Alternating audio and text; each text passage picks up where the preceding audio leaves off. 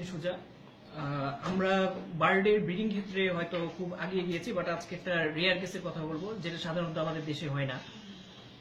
এই পাখিটার Alex parrot, তার ক্রপ সামহাও অ্যাক্সিডেন্টলি লিক হয়ে গিয়েছিল, তো সেটাই আমাদের আজকে অপারেশন করতে হয়েছে।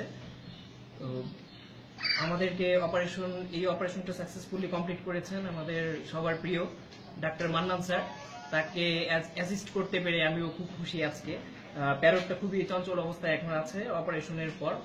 খুব ভালো একটা পজিটিভ দিক আমরা দেখতে পাচ্ছি। তো যাই হোক, সেক্ষেত্রে আমরা ভেটেরিনারি যে সায়েন্সটা, ভেটেরিনারি ট্রিটমেন্ট, এগুলোর ক্ষেত্রে হয়তো আমাদের ভেট ডাক্তাররা আছেন, বাট বিশেষ করে আমাদের এগ্রিকালচার সেক্টরে যে এক্সোটিক বার্ডগুলো আছে এদের ক্ষেত্রে দেখা যায় যে আমরা ট্রিটমেন্ট পেতে, প্রপার ট্রিটমেন্ট পেতে হিমশিম খাই। যেমন এটার ক্ষেত্রে ধরতে গেলে তার একটা অপারেশন করতে হয়েছে, তো সেই ক্ষেত্রে খুবই রিয়ারলি আমাদের কোনো ভেট সার্জন পাওয়া পসিবল হচ্ছিল না। সেক্ষেত্রে আমাদের মান্নান স্যার আজকে আমাদের হেল্প করেছেন, এই অপারেশনটা কমপ্লিট করেছেন। স্যার, আপনার কাছে আমি আমাদের ভেটেরিনারি যে এগ্রিকালচার সেক্টরটা, এই জিনিসগুলোর ক্ষেত্রে কিছু জানতে চাচ্ছি আজকে আমি।